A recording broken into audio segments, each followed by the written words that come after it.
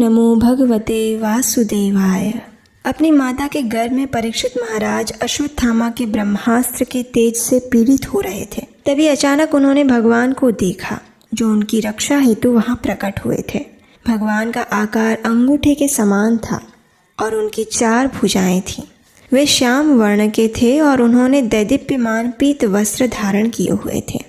सुनहरे मुकुट और कुंडलों से युक्त भगवान अपनी गदा को निरंतर घुमाते हुए अश्वत्थामा द्वारा छोड़े गए ब्रह्मास्त्र के तेज को उसी प्रकार नष्ट कर रहे थे जिस प्रकार सूर्य उदित होते ही प्रातःकालीन कोहरे को नष्ट करता है। वास्तव में अश्वत्थामा के ब्रह्मास्त्र ने उत्तरा के गर्भ को भस्मीभूत कर दिया था, परंतु भगवान कृष्ण ने अपने चमत्कार से बालक को तुरंत एक नवीन शरीर प्रदान कर दिया। आश्चर्यचकित होकर वह बालक यह सब देख ही रहा था कि भगवान अचानक वहां से अंतर्धान हो गए। तत्पश्चात उस समय जब आकाश में समस्त नक्षत्र अत्यंत शुभ अवस्था में स्थित थे, पांडु के प्रपौत्र परीक्षित ने जन्म लिया। महाराज युधिष्ठिर ने अत्यंत हर्षोल्लास के साथ बालक का जातकर्म संस्कार किया, जिस दौरान कृपाचार्य एवं ऋषि धौम्य के निर्देशन में विद्वान ब्राह्मण वैदिक मंत्रों का उच्चारण कर रहे थे। अनुष्ठान की समाप्ति पर महाराज युधिष्ठिर ने ब्राह्मणों को प्रचुर मात्रा में सोना, भूमि, गांव, धान्य तथा पशु संपदा दान में दी। उनसे प्रसन्न होकर ब्राह्मणों ने राजा को बताया, हे राजन, यह बालक भगवान हरि का परम भक्त तथा कुरुवंश का अंतिम राजा है। इसीलिए भगवान विष्णु ने इसकी रक्षा की है। फलस्वरूप यह विष्णुरात और परीक्षित के नाम से जाना जाएगा। महाराज युधिष्ठिर ने जिज्ञासा करते हुए पूछा, क्या ये बालक हमारे वंश में अब तक हुए महान राजर्षियों के ही समान होगा? तो आश्वासन देते हुए ब्राह्मणों ने कहा, यह बालक महाराज इक्ष्वाकु के समान अपनी प्रजा का पालन करेगा, भगवान राम के समान अपने वचनों को पूरा करेगा और उशीनर नरेश महाराज शिबी के समान उदार हृदय से दान करने वाला तथा शरणागत वत्सल होगा। ये अर्जुन के समान महान धनुर्धर बनेगा और सिंह के समान बलशाली होगा। यह पृथ्वी के समान संयमी और हिमालय के समान सबको आश्रय देने वाला होगा।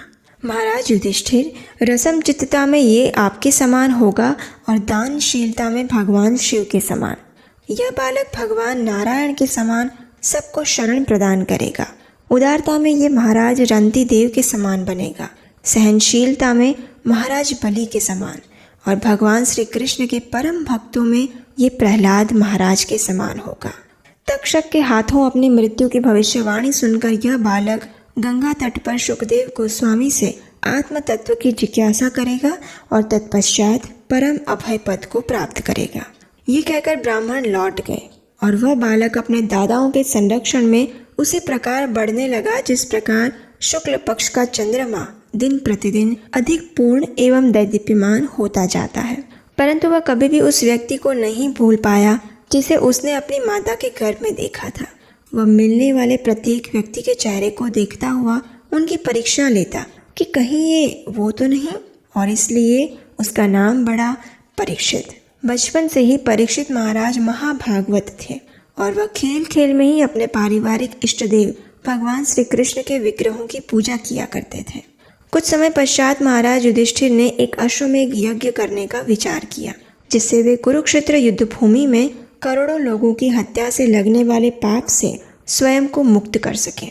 क्योंकि युद्ध में शाही खजाना समाप्त हो चुका था, इसलिए भगवान श्री कृष्ण ने उन्हें हिमालय पर्वत के निकट पड़े सोने के ढेर को लाने का परामर्श दिया, जो महाराज मरुत के महान यज्ञ के पश्चात अब तक वहीं पड़ा था। इस प्रकार भगवान श्री कृष्ण के निर्देशन में और एकमात्र उनकी संतुष्टि के लिए महाराज युधिष्ठिर ने 3 अश्वमेघ यज्ञ संपन्न किए। इन यज्ञों के समापन के पश्चात भगवान श्री कृष्ण कुछ महीनों तक हस्तिनापुर में ही रहे और तत्पश्चात द्वारका के लिए प्रस्थान किया, जिसका हमने अपनी पिछली कड़ी में वर्णन कर दिया है। अश्वमेघ यज्ञ संपन्न होने के बाद धृतराष्ट्र मिलते हैं अपने छोटे भाई विदुर जी से, और उसके बाद क्या होता है वो हम देखेंगे अगली कड़ी में। हरे कृष्णा।